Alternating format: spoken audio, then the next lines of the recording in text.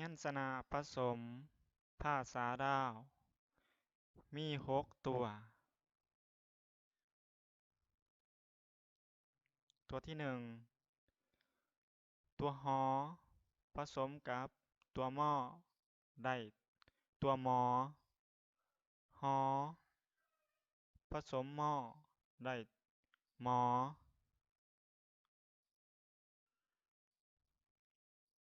หมอ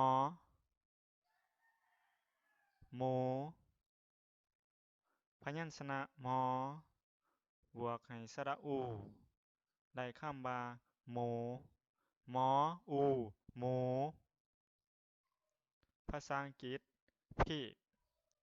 พี่พยัญชนะหอผสมพยัญชนะนอได้พยัญชนะนอหอผสมนอได้นอนอหนูนอ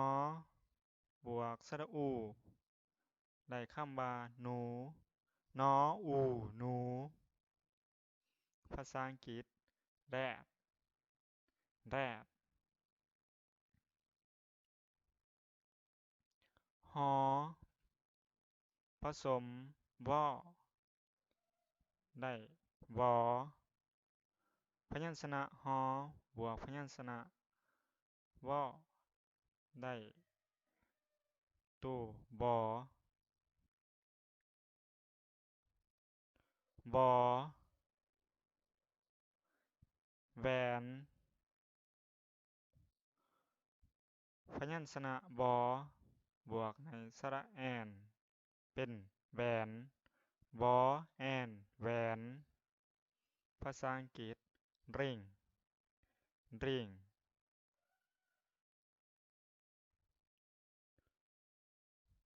พยัญชนะหอบวกพยัญชนะดอได้ดอหอผสมดอได้ดอ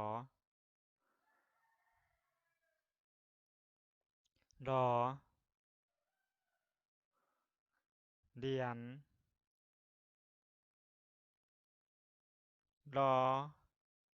ผสมสระเอียนได้เดียนดอเอียนเดียนภาษาอังกฤษคอย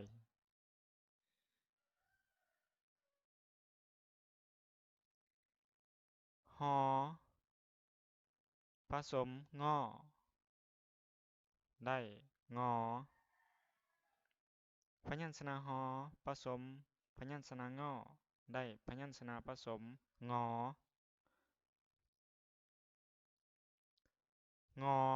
ตัวงอเงินงอใส่สระเอ็นเป็นเงินงอเอ็นเงินภาษาอังกฤษสวิตแคทสวิตแคท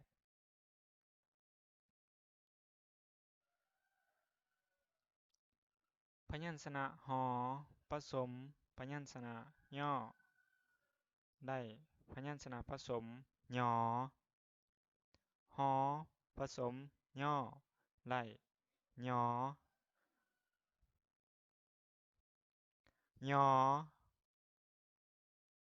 ยาพยัญชนะยอบวกให้สระอาประกอบวรรณยุกต์โทเป็นหญ้ายออาหญ้ามีเอกหญ้าไม่โทหญ้าภาษาอังกฤษ grass grass